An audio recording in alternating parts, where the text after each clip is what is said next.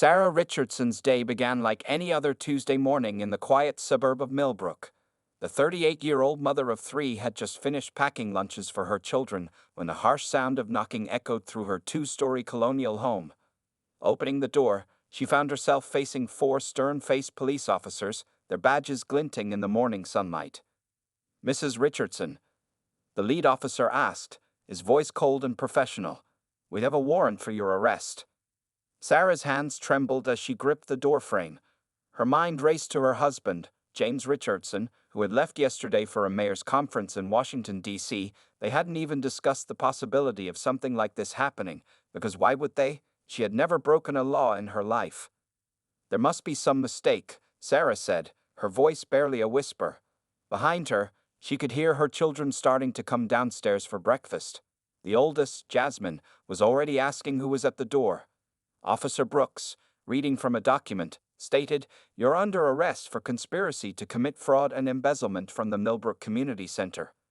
The words hit Sarah like a physical blow. The community center, the same place where she had volunteered for the past 5 years? "Mom?" Jasmine's voice cracked as she appeared in the doorway, her school backpack halfway on her shoulder. Her younger siblings, Marcus and Lisa, stood frozen on the stairs, their eyes wide with fear and confusion. "Call Aunt Patricia," Sarah managed to say to Jasmine, trying to keep her voice steady. "Tell her I need her to come over right away." The 14-year-old nodded, tears already streaming down her face as she pulled out her phone. The officers didn't wait for Patricia to arrive. They handcuffed Sarah right there in front of her children. The cold metal clicked around her wrists as Officer Brooks recited her rights. The neighbor across the street, Mrs. Henderson, had come out to water her plants but now stood watching, her garden hose forgotten and spraying water onto her driveway. At the police station, Sarah noticed something odd. While other suspects were being processed normally, the officers seemed to treat her with unusual harshness. They made her wait for hours in a holding cell before beginning the booking process. When she asked to make her phone call, the desk sergeant told her she'd have to wait longer. "You people always think you deserve special treatment," he muttered under his breath, loud enough for Sarah to hear. Sarah sat in the cold cell, her professional dress now wrinkled, her normally neat braids coming undone. She thought about James, probably sitting in some conference room right now, having no idea that his world was falling apart. She thought about her children, hoping Patricia had gotten there in time to keep them from seeing their mother being pushed into a police car. The evidence they claimed to have against her made no sense. They accused her of stealing $50,000 from the community center's building fund, money she had helped raise through bake sales and charity auctions. How could they think she would steal from a place she had poured her heart into for years? Hours passed before they finally allowed her to call her sister-in-law, Patricia. "The kids are with me," Patricia assured her, her voice thick with worry. "But Sarah, something's not right here. The way they're handling this. James isn't answering his phone, but I've left messages everywhere." As Sarah was fingerprinted and photographed, she noticed the smugness in some of the officers' faces. One of them, a younger officer named Thompson, at least showed some discomfort with the situation. He quietly apologized when he had to take her wedding ring, promising to bag it carefully with her other belongings. "Don't worry about claiming them too quick," another officer snickered.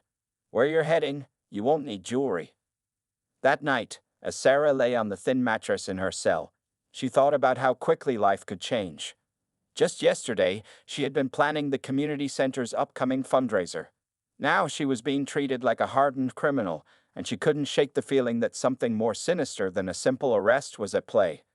Little did she know, as she finally drifted into an uneasy sleep, that her case was about to expose a deep-rooted system of prejudice in Millbrook's justice system, and that her husband's position as mayor would soon turn this small-town arrest into a story that would shake the entire community to its core. The morning sun barely penetrated the small window of courtroom 305 as Sarah Richardson sat beside her court-appointed attorney, Michael Chen.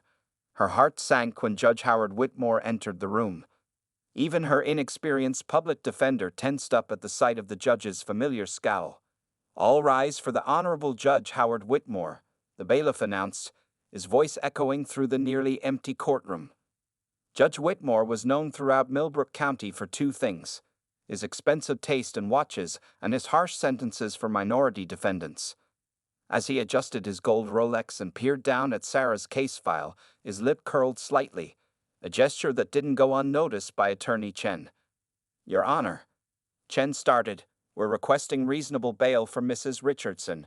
She's a prominent member of the community with no prior record." "Prominent?" Judge Whitmore interrupted, his voice dripping with sarcasm. "The charges here indicate she stole from a community center. Doesn't sound very prominent to me."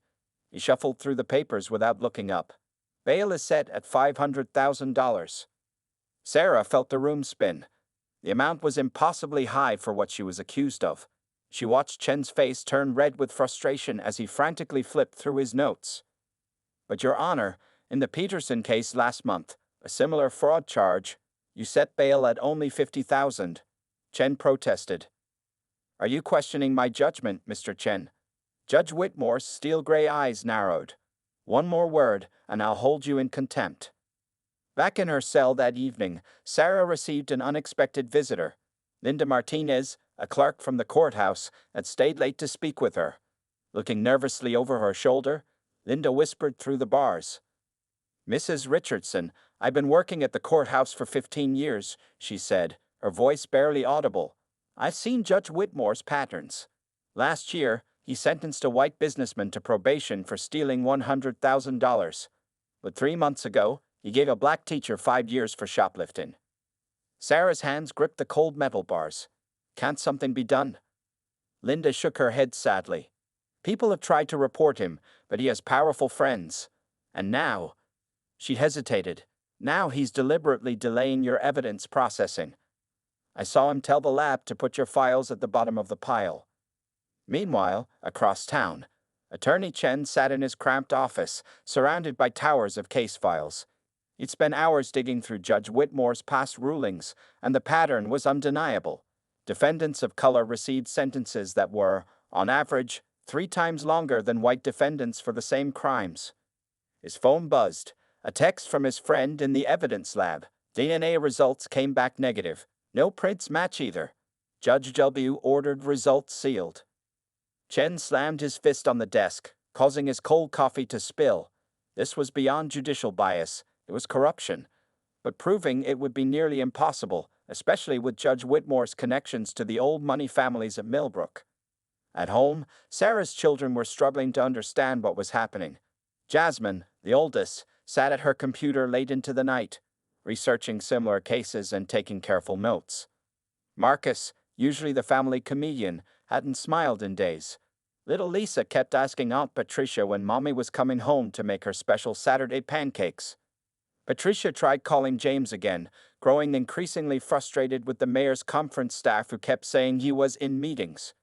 She knew her brother needed to know what was happening to his wife, but it seemed like someone was deliberately keeping him in the dark. That night, as Sarah lay on her jail cell cot, she heard 2 guards talking outside her door. "Heard Whitmore's handling her case," one said. "She'll be lucky to see daylight again." "Yeah," the other replied with a chuckle. "Should thought about that before trying to act above her station." Sarah pulled her thin blanket tighter, fighting back tears. She thought about her husband, still unaware of what was happening, about her children growing up without their mother, about the community center where she'd spent countless hours helping others. How had her life of service led to this nightmare? What she didn't know was that Judge Whitmore was about to make the biggest mistake of his career, and that mistake would begin with tomorrow's preliminary hearing, where his prejudice would finally meet its match. The courthouse buzzed with tension on the first day of Sarah Richardson's trial. Judge Whitmore sat high on his bench, looking down at the proceedings like a king on his throne. The morning light cast harsh shadows across his face as he systematically dismissed every character witness Attorney Chen had called to testify on Sarah's behalf. "Irrelevant," Judge Whitmore declared, waving away the local pastor who had worked with Sarah for years at the community center. "This court isn't interested in church activities." "But Your Honor," Chen protested, his tie slightly askew from his frequent nervous adjustments. "Reverend Williams has direct knowledge of Mrs. Richardson's handling of community center funds." "Sustained," the judge snapped, not even using the correct legal term for his own ruling. In the gallery, Jasmine Richardson scribbled furiously in her notebook, documenting every questionable decision. The prosecution's case, led by District Attorney Thomas Wells, seemed unusually weak. Their star witness, the community center's accountant, kept contradicting himself under questioning. "So you're saying you saw Mrs. Richardson take the money?" Chen asked during cross-examination, "but you also said you were on vacation that week." Before the accountant could answer, Judge Whitmore interrupted. "Move along, Mr. Chen. The witness has already established his credibility." During the lunch break, Chen paced in the courthouse hallway, his half-eaten sandwich forgotten on a bench. Linda Martinez, the court clerk, slipped him a note as she walked by. It read, "Check security footage from May 15th. Judge W. ordered it excluded, but I made a copy." Back in the courtroom, the afternoon session brought more frustration. Judge Whitmore allowed the prosecution to present bank statements that were clearly incomplete, while blocking Chen from introducing the complete records that would have shown Sarah's innocence. The jury, carefully selected after Judge Whitmore had dismissed every potential black juror for questionable reasons, looked increasingly uncomfortable. One elderly woman kept shaking her head at the judge's obvious bias, while a young man in the front row appeared to be secretly recording the proceedings on his phone. "The prosecution calls Margaret Henderson," D.A. Wells announced with a smirk. Sarah's neighbor, the same one who had watched her arrest, took the stand. She nervously adjusted her pearl necklace as she glanced between Sarah and Judge Whitmore. "Mrs. Henderson," Wells began, "tell us about the suspicious activities you observed." "Well," she hesitated, "I did see lots of people coming and going from the Richardson house." "Objection." Chen stood up. "Those were community center volunteers meeting to plan fundraisers." "Overruled," Judge Whitmore barked. "Continue, Mrs. Henderson." In the gallery, Patricia held Sarah's children close. Marcus buried his face in his aunt's shoulder, unable to watch as their neighbor twisted innocent community gatherings into something sinister. Lisa clutched her mother's favorite scarf, tears sliding down her cheeks. The afternoon wore on, and the pattern became clear to everyone in the courtroom. Every piece of evidence supporting Sarah's innocence was blocked. Every flimsy accusation was allowed. Chen's objections were overruled before he could even finish stating them. During one sidebar, Judge Whitmore's true colors showed through. "Mr. Chen," he whispered, though his words carried to the first row, "know your place. Some people just need to learn they can't rise above their station." The young juror with the phone straightened up, his eyes widening at the judge's words. By day's end, Sarah sat exhausted at the defense table. Her usually immaculate braids had started to come undone, much like the fabric of justice in Judge Whitmore's courtroom. Chen looked defeated, his case in shambles not because of its merit, but because of a judge's unchecked prejudice. As the bailiff led Sarah back to her cell, she passed Linda Martinez's desk. The clerk's eyes met hers briefly, and she mouthed the words, "Don't give up." In her cell that night, Sarah heard two guards discussing her case. "Never seen Whitmore this determined before," one said. "Yeah," replied the other, "but he better be careful. That jury's not buying it." Saw one lady crying during Henderson's testimony. Sarah lay on her cot, thinking about James, still unreachable at his conference. She wondered if somehow someone was deliberately keeping him in the dark about her situation. As she drifted off to sleep, she didn't know that tomorrow's session would bring the moment that would finally crack Judge Whitmore's carefully constructed facade of authority, and it would come from the most unexpected source. The tension in courtroom 305 could be cut with a knife as Judge Whitmore prepared to deliver his verdict. Dark clouds gathered outside, casting an ominous shadow through the tall windows. Sarah Richardson sat straight-backed at the defense table, her dignity intact despite 3 days of humiliation in what could barely be called a trial. "Before we proceed," Attorney Chen stood up, his voice trembling slightly. "We have new evidence that proves Mrs. Richardson's innocence." The security footage from. Denied. Judge Whitmore snapped, his face reddening. "This court has heard enough evidence. The time for new submissions has passed." In the gallery, 14-year-old Jasmine Richardson pressed the record button on her phone, hiding it beneath her notebook. Something in the judge's tone told her this moment needed to be documented. "Members of the jury," Judge Whitmore began, ignoring the fact that they had barely started their deliberations. "Have you reached a verdict?" The jury foreman, a middle-aged white man, stood slowly. "Your Honor, we've only been discussing for 30 minutes. Many of us feel we need more time too. The question was simple. Judge Whitmore interrupted. Yes or no? No, Your Honor, we haven't reached. Then allow me to help you reach a decision. Judge Whitmore's voice carried a finality that sent chills through the courtroom. Given the evidence presented, this court finds it necessary to direct a verdict. Attorney Chen jumped to his feet. Objection. Your Honor, this is completely irregular.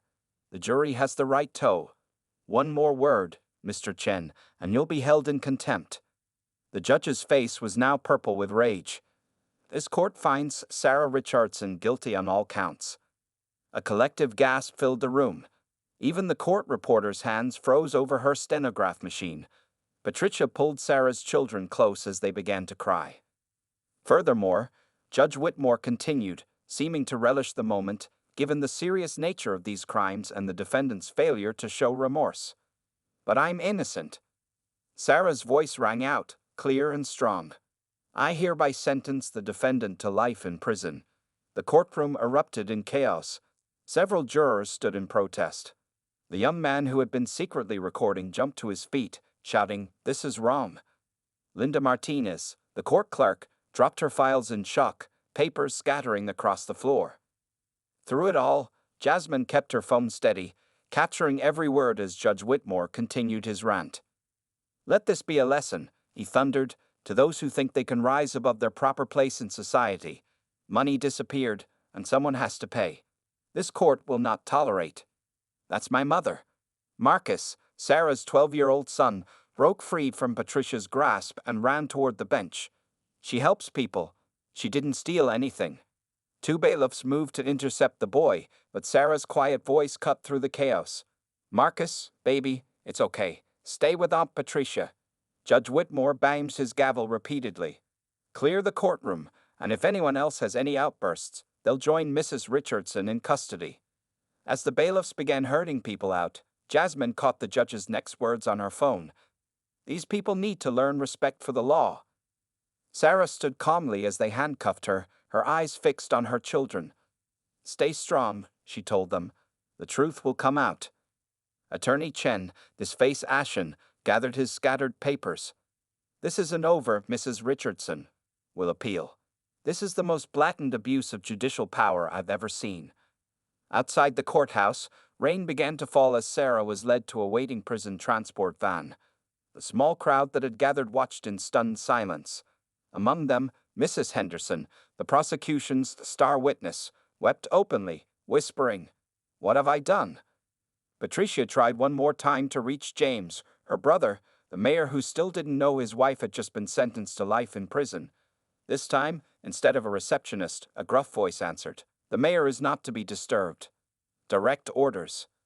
As the van pulled away, Jasmine clutched her phone containing the damning evidence of judicial misconduct. She looked at her aunt with determination in her eyes. We need to get this out. Everyone needs to see what happened here. What none of them knew was that at that very moment, Mayor James Richardson was finally checking his messages during a conference break. His face would soon turn pale as he listened to the first of dozens of increasingly desperate voicemails about his wife's arrest, sham trial, and now, unthinkable sentence. Judge Whitmore had just made the biggest mistake of his career, sentencing an innocent woman to life in prison without realizing she was married to the most powerful man in the city. Mayor James Richardson's hands shook as he listened to the 20th voicemail on his phone. His coffee cup crashed to the floor of his Washington, D.C. hotel room, spreading dark liquid across the expensive carpet. The last 5 days of messages painted a horrifying picture. His wife arrested, tried, and sentenced to life in prison, all while someone had deliberately kept him in the dark. Cancel everything, he barked into his phone at his secretary. And get me the first flight back to Millbrook. Something's very wrong. 3 hours later, James burst through the doors of his office at City Hall, his tie loosened and his usually calm demeanor replaced by barely controlled rage. His sister Patricia and his 3 children were waiting for him. "Daddy." Lisa ran to him, tears streaming down her face. They took Mommy away.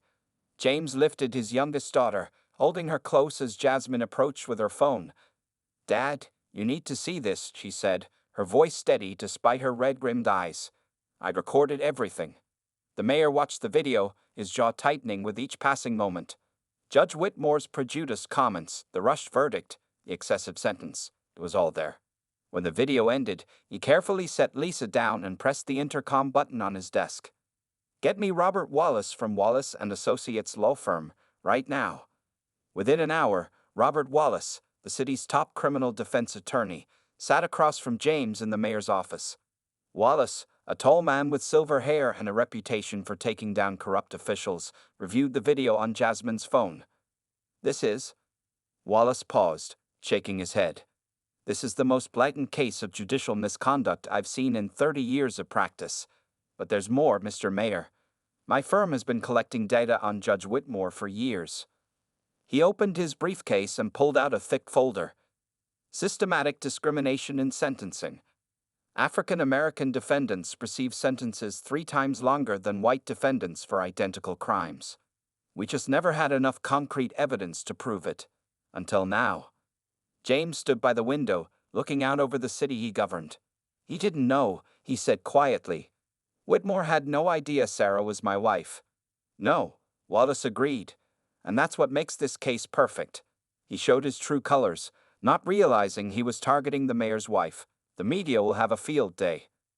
Patricia, who had been quietly listening, spoke up. "James, Linda Martinez from the courthouse has been helping us. She has copies of evidence that Whitmore suppressed." The mayor turned, his expression determined. "Robert, I want everything. Every case Whitmore has presided over in the last 10 years. Every verdict, every sentence. I want statistical analysis, pattern recognition, everything." "Already on it," Wallace replied, pulling out his phone. "I've got a team of paralegals working on it right now. And there's something else you should know. Some of the jurors are willing to come forward. They're saying Whitmore pressured them and ignored their right to deliberate." Suddenly, Marcus, who had been unusually quiet, spoke up. "Dad, Mom's friend at the community center found the real missing money. It was an accounting error. They put the decimal point in the wrong place." James clenched his fists. "So there was no crime at all?" "None," Wallace confirmed. "But Whitmore rushed the verdict before that evidence could be presented. Classic civil rights violation." The mayor pressed another button on his intercom. "Susan, get me a press conference. Tomorrow morning, 9 a.m. sharp. And call the State Judicial Review Board." As his staff scrambled to arrange everything, James gathered his children close. "We're going to get your mother out," he promised. "And we're going to make sure Judge Whitmore never does this to another family." That night, as news of the mayor's return spread through Millbrook, Judge Whitmore sat in his study, sipping bourbon and feeling quite pleased with himself. The evening news came on, and he nearly choked on his drink when he saw the headline. "Mayor Richardson cuts conference short, returns to address wife's controversial conviction." The color drained from his face as the reporter continued. "Sources say the mayor has hired top civil rights attorney Robert Wallace and is calling for a full investigation into judicial misconduct." The judge reached for his phone with trembling hands, but it was too late. The storm was about to break, and Howard Whitmore was about to learn a harsh lesson about the consequences of prejudice and power abuse. In her prison cell, Sarah smiled as she read the note a sympathetic guard had slipped her. "Your husband is back. Hold on tight. Things are about to change." Headlines across Millbrook exploded the next morning. The city's most respected newspaper, the Millbrook Chronicle, ran a bold front-page story. "Justice on trial. Mayor's wife victim of judicial racism." Below the headline was a split image. Sarah Richardson's community service photo next to Judge Whitmore's scowling courthouse portrait. In the newsroom of the Chronicle, veteran reporter Maria Gonzalez sat surrounded by stacks of court records. Her coffee had gone cold hours ago as she pored over case after case of Judge Whitmore's suspicious rulings. "Chief," she called to her editor, "look at these numbers. In the last 5 years, Whitmore has given white defendants an average sentence of 2 years for fraud cases. Black defendants, 8 to 10 years for the same crimes." The editor leaned over her desk, adjusting his glasses. "And you can prove all this?" Maria nodded, pulling up a spreadsheet. "Every case, every ruling, all documented. But here's the bombshell: I've got 3 former clerks willing to talk." They say Whitmore regularly destroyed evidence that would have helped minority defendants. Across town, at the prestigious Wallace and Associates law firm, Robert Wallace led a team of 20 lawyers and paralegals working around the clock. The conference room walls were covered with charts, photographs, and timelines. Red strings connected related cases, creating a web of judicial misconduct. "We found 67 cases," a young paralegal announced, pushing her glasses up her nose. "All showing the same pattern. And look at this, in 42 of them, he used the exact same phrase. These people need to learn their place." Wallace smiled grimly. "Perfect. Get me those transcripts. All of them." Meanwhile, at the state capitol, the Judicial Review Board convened an emergency session. Board member Eleanor Thompson, a stern woman with 30 years of experience, read Jasmine's recording transcript aloud to her colleagues. "This goes beyond bias," she declared. "This is systematic abuse of power. We need to suspend Whitmore immediately pending investigation." The investigation spread like wildfire. Social media exploded with hashtag Justice for Sarah trending nationwide. Local television stations ran special reports featuring interviews with former defendants who had faced Whitmore's prejudiced rulings. At the community center, volunteers discovered more evidence: the missing money that Sarah had allegedly stolen. It was found in an old accounting ledger, misplaced during a computer system upgrade. The center's board of directors issued a public apology, but the damage was already done. Judge Whitmore began to feel the walls closing in. His country club membership was quietly revoked. Old friends suddenly couldn't make it to their weekly golf games. His phone calls went unanswered. In his chambers, he frantically shredded documents, not realizing that Linda Martinez had already copied everything. The court clerk had spent weeks secretly photographing evidence of his misconduct, storing it all safely on encrypted drives. "Your Honor," his secretary interrupted, looking nervous.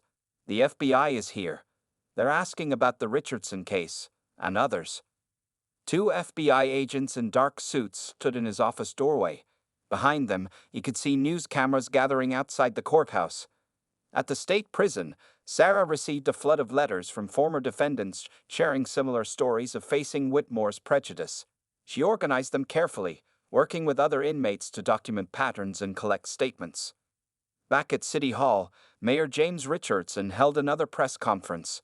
The room was packed with reporters from national networks. "Today," he announced, his voice firm, "we're launching a complete review of every case Judge Whitmore has presided over in the past decade. This isn't just about my wife anymore. This is about every person who was denied justice because of the color of their skin." Jasmine sat in the front row, still recording everything. Marcus and Lisa stood beside their Aunt Patricia, watching their father fight for their mother's freedom.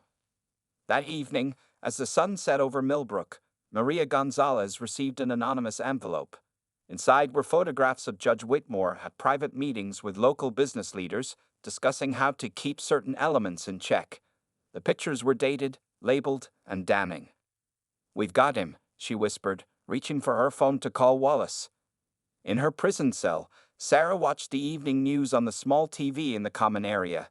A smile crossed her face as she saw the FBI entering the courthouse. Other inmates gathered around her, cheering as the reporter announced a statewide investigation into judicial misconduct. "Your husband's really doing it," her cellmate whispered. "He's taking down the whole corrupt system." Sarah touched the photo of her family she kept by her bed. "No," she replied softly. "We're all doing it.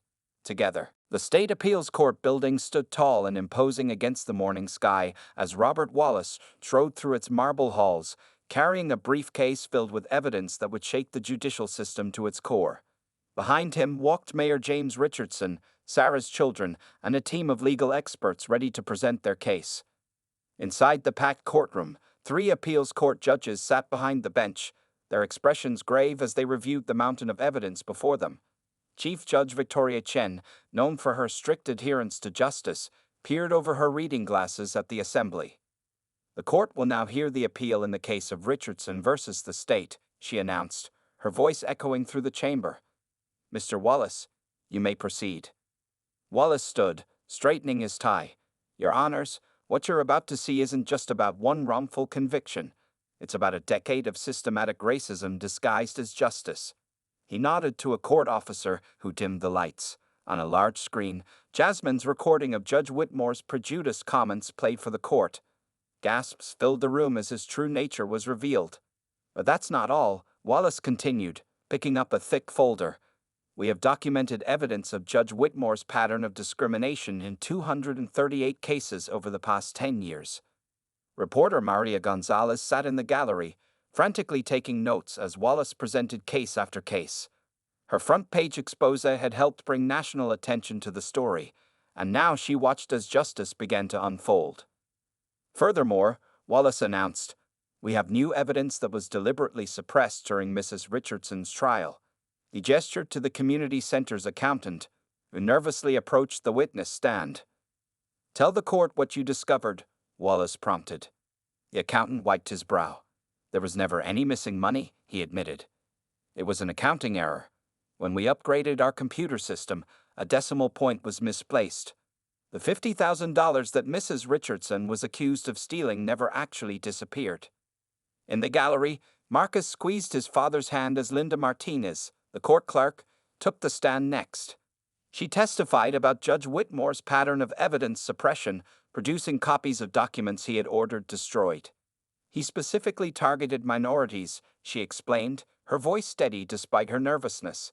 "He would say things like, 'These cases need special handling,' while winking at certain prosecutors." The FBI agent in charge of the investigation presented next, showing surveillance photos of Judge Whitmore's secret meetings with local business leaders who had contributed to his campaign fund. "We have recorded conversations," the agent stated, "where Judge Whitmore explicitly discussed using his position to keep certain communities in check through harsh sentencing." As the evidence mounted, Chief Judge Chen's expression grew increasingly stern. When the prosecution tried to defend Whitmore's actions, she cut them off sharply. "Are you seriously attempting to justify this level of judicial misconduct?" she asked, her voice cold. During a brief recess, Jasmine approached the media area where cameras had been set up. "My mom helped build that community center," she told the reporters, her voice strong and clear. "She taught us that justice should be blind. But Judge Whitmore wasn't blind. He saw exactly what he wanted to see, and he used his power to hurt people who looked like us." When the court reconvened, Chief Judge Chen didn't need much time to deliver her ruling. The packed courtroom fell silent as she began to speak. "In my 30 years on the bench," she declared, "I have never seen such a blatant abuse of judicial power. The evidence of racial bias is overwhelming. The suppression of exculpatory evidence is shocking. The violation of basic civil rights is undeniable." She paused, looking directly at Sarah, who sat between two prison guards. "This court hereby vacates the conviction of Sarah Richardson. All charges are dismissed with prejudice. Mrs. Richardson is to be released immediately." The courtroom erupted in cheers. James hugged his children as tears streamed down their faces. Wallace smiled, closing his briefcase with satisfaction. Furthermore, Judge Chen continued once order was restored, "We are recommending immediate criminal charges against Judge Howard Whitmore for judicial misconduct, evidence tampering, and civil rights violations. He is hereby removed from the bench, effective immediately." As the guards removed Sarah's handcuffs, she turned to embrace her family. Outside, the crowd that had gathered broke into applause as she emerged from the courthouse, free at last. But even in this moment of triumph, Sarah knew their work wasn't finished. Judge Whitmore's other victims still needed justice, and she was now in a unique position to help them get it. 1 year after Sarah Richardson's release, the Millbrook Community Center buzzed with activity. The large meeting hall was filled with people gathering for a special ceremony. Banners hung from the ceiling reading "Justice Reform Initiative Launch," while cameras from national news networks captured the historic moment. Sarah, looking elegant in a blue suit, stood at the podium. Her family sat in the front row. James beaming with pride, Jasmine now a teenage activist, Marcus wearing his Justice for All t-shirt, and Lisa holding a handmade sign that read, "My mom's that hero." "A year ago, I stood in a courtroom wearing handcuffs," Sarah began, her voice strong and clear. "Today, I stand before you as the newly appointed head of the state's Judicial Review Commission. But this isn't just my victory. It's a victory for every person who faced injustice in Judge Whitmore's courtroom." In the audience, familiar faces filled the rows. Linda Martinez, the brave court clerk who exposed the corruption, sat next to Maria Gonzalez, the reporter who broke the story. Robert Wallace and his legal team occupied an entire row, their efforts having led to the review of over 800 cases handled by Judge Whitmore.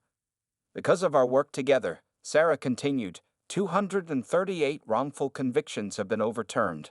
Families have been reunited. Lives have been restored. The screen behind her showed photographs of happy reunions. People walking free, embracing their loved ones after years of unjust imprisonment. Many of them were present in the audience, their stories now part of the larger narrative of change. Meanwhile, across town, former Judge Howard Whitmore sat in a prison cell, serving a 15-year sentence for judicial misconduct, civil rights violations, and corruption. His fall from power had been swift and complete. The morning newspaper on his bed carried the headline, "Reform Bill Named After Sarah Richardson Passes State Senate."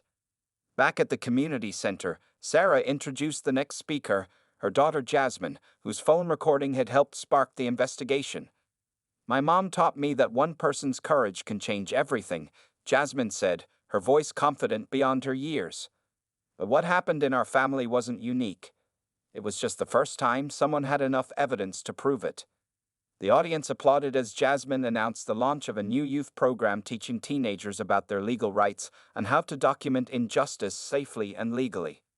Marcus and Lisa then unveiled a wall of photographs, the Wall of Justice, showing the faces and stories of those who had been wrongly convicted but were now free.